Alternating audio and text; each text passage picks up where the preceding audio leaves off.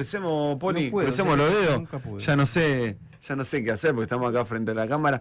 A ver, en este momento se está conectando a través de Meet, Andrés. A ver, vamos a hacer. ¿Cómo cuesta lo que estamos vendiendo esta entrevista, no? 20, Sí, a ver, 15 minutos. Ahí estamos. A ver, ahí te escuchamos, Andrés. Buenas. Hola. Ahí estamos, ahí te vemos. Ah, te vemos congelado, Una foto. pero ¿nos escuchás ahí? Vamos a hacer un intento más. Dale, ahí los escucho. Somos testarudos acá, estamos luchando para tener tu mirada, tu voz, Andrés.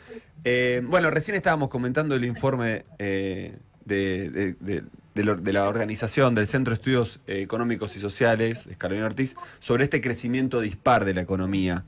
Y te quería, bueno, para que nos cuentes un poco, ¿cómo es que la economía argentina crece, pero no crece para todos? Bueno, es un poco el resultado de un modelo económico que se está intentando implantar, ¿no? Un modelo que tiene una visión donde muchos sectores productivos son juzgados como ineficientes y condenados a la muerte mediante la importación, ¿no?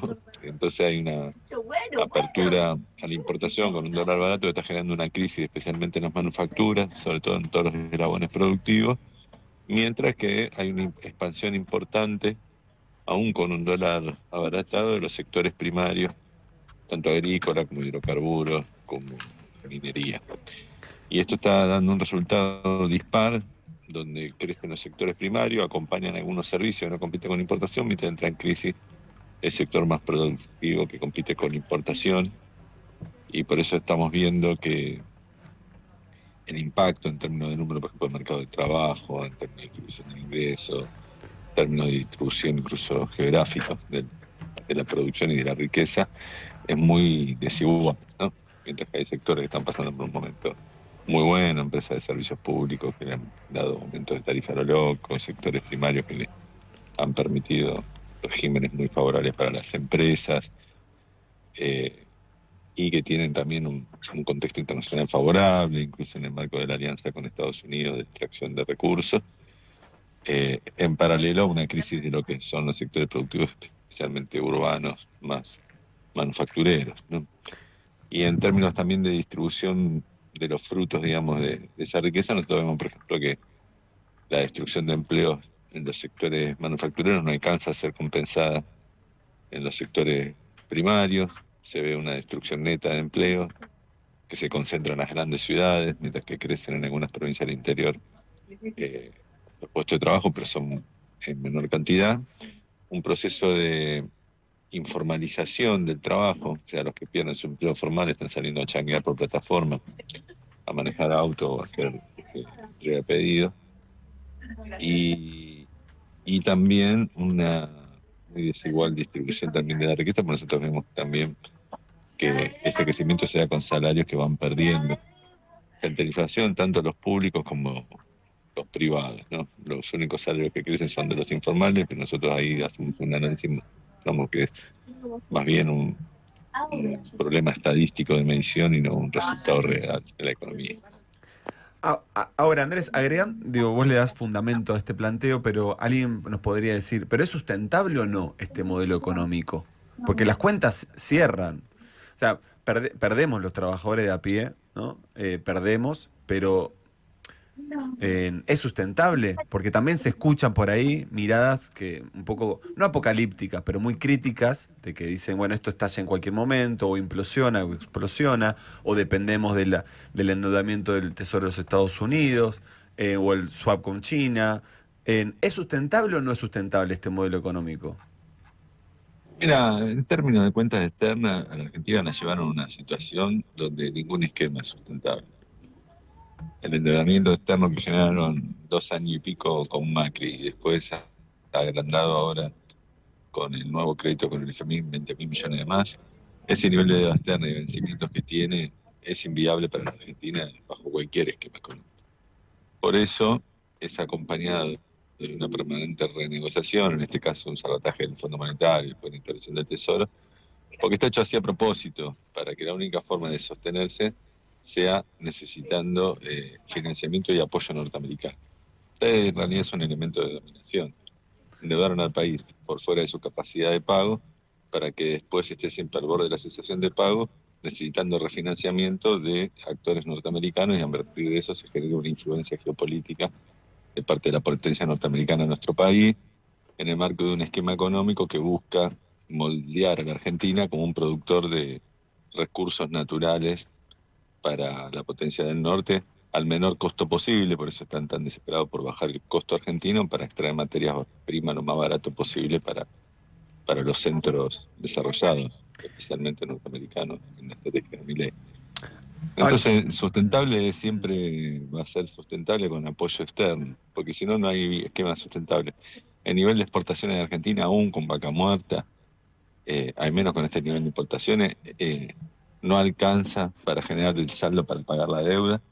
Sí o sí se necesitan refinanciamientos y por ahora son básicamente institucionales, dependiendo O sea, de Andrés, vos una me decís que estrategia geopolítica. para pensar la sustentabilidad hacia adelante, porque nosotros nos llamamos laberinto de voces un poco, entre otras cosas, porque nos gustan conversar los temas en serio y escuchar a todas las voces y también porque tenemos el sueño de tratar de salir del laberinto en algunos temas, ¿viste? Entonces vos decís, si queremos seguir sostener la sustentabilidad, no es posible pensarlo sin geopolítica. O sea, geopolíticamente tenemos que pensar el futuro de la Argentina. Sí, o sea, nosotros nos armaron un esquema para que no podamos salir. Digamos, es un laberinto que no tiene salida. Porque la salida es una puerta donde la llave la tiene el Fondo Monetario con la Embajada Norteamericana, que te tienen que abrir el financiamiento a ellos para que vos puedas repagar las deudas, si no, estás al borde del default. Eso está armado estratégicamente para que la Argentina sea controlada de esta manera. El que tiene la llave de la puerta del laberinto, tiene que ir y pedirle, por favor, que te abra y a cambio te condiciona. Ah, Eso es una estrategia. claro, Después, viste, las vueltas de la vida, veremos qué eh, pasa. si hay una inflación internacional en el marco de un conflicto, por ahí esas deudas se licúan, aumentan los precios de las materias primas y aparece una ventana de oportunidad de cierta independencia económica que pueda permitir otro esquema, como Mm. pasó en 2002-2003, en el marco de la deuda desconfiada y el alza de las materias primas, que abrió una ventana de independencia económica que permitió el proceso del kirchnerismo. Claro. Pero después, en realidad, la Argentina la metieron en una jaula donde no, la llave la manejan ellos, ¿no? Sí, sí, claro, y acá somos muy críticos de la situación económica actual y nos alentamos entre uno y el otro porque decimos, bueno, ¿y qué hacemos? Porque hace un ratito conversamos sobre la reforma de la de glaciares y sabemos que nuestro lugar en el mundo es como exportador y es el extractivismo. ¿Y cómo hacemos para pensar otras cosas, viste? Eh, ¿Te puedo hacer una pregunta sobre esto que estás desarrollando? Porque nosotros Bueno, estamos alineados con Estados Unidos, o sea, porque si no somos insustentables, pero la importación es gracias a China. O sea, la importación económica y la desindustrialización es con los chinos. Entonces, es como que estamos jugando a dos bandas. Digo, lo sí, que se está digamos que discutiendo a nivel mundial, ¿no? y me Geopolíticamente. parece que Argentina no tiene proyecto industrial en ninguno de los dos esquemas.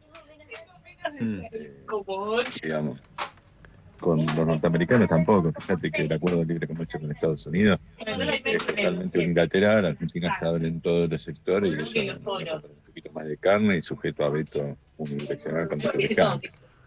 Entonces es muy desigual, no es que Estados Unidos está planteando frente a lo que es el desarrollo industrial de China una alternativa de desarrollo industrial de una zona occidental, incluyendo Argentina. Está planteando una lucha de Estados Unidos por los puestos de trabajo con China, donde Argentina queda excluida de la discusión de esos puestos de trabajo. Después hay algunos sectores, por ejemplo el grupo Techim, que estaban con la idea de armar con un bloque más cerrado, protegido de la importación de China, porque ellos tienen inversión en todo lo que sería el sector occidental, ¿no? Europa, y otros países de Sudamérica. Entonces ellos sí tenían esa idea, pero bueno, no está acompañada por el gobierno, porque fíjate que le dejaron entrar los tubos en India. Bueno, es lo mismo casi todos los sectores, digamos, donde están dejando morir con la manufactura china. Con Estados Unidos no hay una estrategia diferente, básicamente a quién le vendemos los recursos primarios. Y en esta discusión, entonces, sí, es muy serio, el quilombo en el que estamos muy serio. Y si queremos seguir pensando la economía a nivel como país o regional, ¿no? ¿Podremos volver a hablar de política económica? Porque pareciera como que la política está subordinada a las reglas de juego, por más que estoy deformando un poco la analogía, pero pareciera que ya no podemos estar pensando políticamente un modelo, sino que estamos tratando De de sobrevivir. soberanía, decís vos, de Claro, un soberanía proyecto política. soberano en términos políticos, de Y política por eso te económica. decía, digamos, hay que ver la ventana de oportunidad en cada momento. Seguramente los grados de libertad se definen en términos de condicionamiento externo de la deuda y la autonomía que te permita a nivel comercial, digamos, ¿no? Eh, por ahora Argentina está hiperendeudada y en este esquema le están destruyendo muchos elaboramientos productivos porque por lo cual no hay uno que diga una ventana de unos bloques diferentes de desarrollo. Lo que sí puede pasar es que el alza de los precios de las materias primas, por ejemplo, cuestiones coyunturales como la guerra, y si hay cierta inflación internacional, se afloje un poquito la soga, digamos, de la dependencia financiera, porque básicamente se licúen deudas y aumenta la billetera de la Argentina. Y eso puede llegar a generar cierta autonomía relativa que permita algún proyecto soberano o posiciones más enfrentadas, ¿no? Como puede ser una situación de pago de la deuda, como pasó en 2001, un proyecto autónomo que crezca por fuera del mercado financiero. ¿Sí? Hola Andrés, ¿cómo estás? Soy Paula. Yo te ¿Qué tal? quería, ¿Cómo estás? bien, yo te quería preguntar en relación a esto que vos estás desarrollando, si un cambio de color político, ¿no? Un nuevo gobierno de peronista o de otro extracto, puede modificar en algo o puede mejorar en algo esto, porque lo que yo te escucho desarrollar es como que estamos medio listos, a no ser que encontremos esta ventana que mencionabas. ¿Hay algún tipo de esperanza en función de ese cambio de signo político en el gobierno o va a tener que pilotear esto como está y va a mantener todo por este camino? Y hay que ver, ¿viste? Porque tendría que ver cómo llega en la posición. Primero siempre hay que ver cómo llega en términos económicos, cómo llega con la economía ahora, después de una crisis. ¿Viste? En principio, los condicionamientos internacionales van a estar. El nivel de endeudamiento es inviable, vas a necesitar renegociar o acceso al financiamiento para refinanciar fondos. Eh, Sí, solo yo creo que sí, depende mucho de la coyuntura comercial, digamos, sí. Si ayuda al desarrollo, digamos, de estos proyectos extractivos en términos de precios y otras cosas, permiten cierta autonomía o no. Pero el esquema está armado para que Argentina ni bien asuma, como le pasó a Alberto Fernández, que pasó todo el mandato, primero negociando deuda con los privados, después con el FMI. Todo eso sirvió solo para posponer los pagos un rato, nunca se volvió viable y llegaste hipercondicionado a la elección, te obligaron a hablar en el medio, digamos, un nivel de condicionamiento muy grande y la ausencia de un programa económico. El programa económico es cómo refinanciar la deuda y ver cómo llegas a pagar. Así como está de débil, yo le veo poca alternativa, pero siempre hay margen, ¿sí? Capacidad de negociación, hay que ver los contextos y las oportunidades que se abren. Pero el esquema está armado en principio para que cualquiera que asume cualquier poder político tenga que ir a negociar con los acreedores, con el Fondo Monetario, y a partir de eso la presión norteamericana, los condicionamientos del programa. Eso está armado, sí. Bueno, Andrés, te agradecemos mucho tu mirada. Es una mirada que la que coincidimos, pero estamos un poco preocupados. No te vamos a dejar de ser sinceros porque el lugar nuestro en el mundo es seguir siendo un servidor del desarrollo de otro. Parece que estamos desde el Sí, principio de los tiempos. también hay que ver, viste, que más allá, digamos, de los elaboramientos productivos que queden en pie después de este proceso de apertura económica, que en realidad la Argentina, a nivel cantidad de habitantes, los recursos primarios que tiene son elevados. Entonces también, incluso con este esquema económico y de venta de materias primas, se pueden ensayar proyectos viables en términos de mejora y de la calidad de vida de la población, ¿no? Resolver problemáticas que trascienden la matriz productiva, digamos, la problemática de la vivienda, Eso sería cambiar la agenda de lo que estamos entendiendo por economía y por desarrollo. Sería como más un nivel de conciencia claro, también. Discutir otra pensar, porque cosa.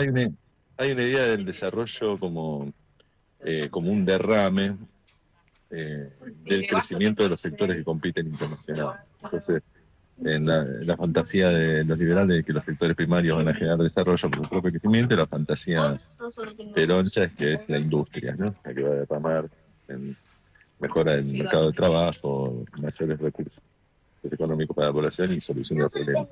Y mi visión, la que venimos trabajando en el Centro de Estudios Carolina Ortiz, es que este derrame inducido de la iniciación internacional no alcanza para resolver las problemáticas. Eso es una cuestión de cuenta de dólares para la estabilidad macroeconómica, pero la resolución de la problemática tiene que ver con políticas directas de una agenda que se construya en un gobierno popular. Te estoy tirando el caso de las problemáticas reales, ¿no? El acceso a la vivienda propia en la Argentina, por darte. Claro. La urbanización de las grandes barrios y asentamiento popular, limpieza de las grandes cuencas contaminadas de Reconquista y Matanza de Riachuelo, la política cultural, la política de alimentación, ¿no? Cultura alimentaria. Hoy tenemos problemas más bien de malnutrición más que de nutrición. Bueno, las políticas sociales, educativas, de salud, digamos, todos esos son recursos internos que no derraman ni de la industria, ni derraman del agro, no derraman de nada, derraman de una agenda política clara de qué quiere hacer con esos sectores y que movilice recursos internos. Entonces, digo esto porque algunos piensan, bueno, si no tenemos la oportunidad de desarrollar la industria electrónica, estamos fritos.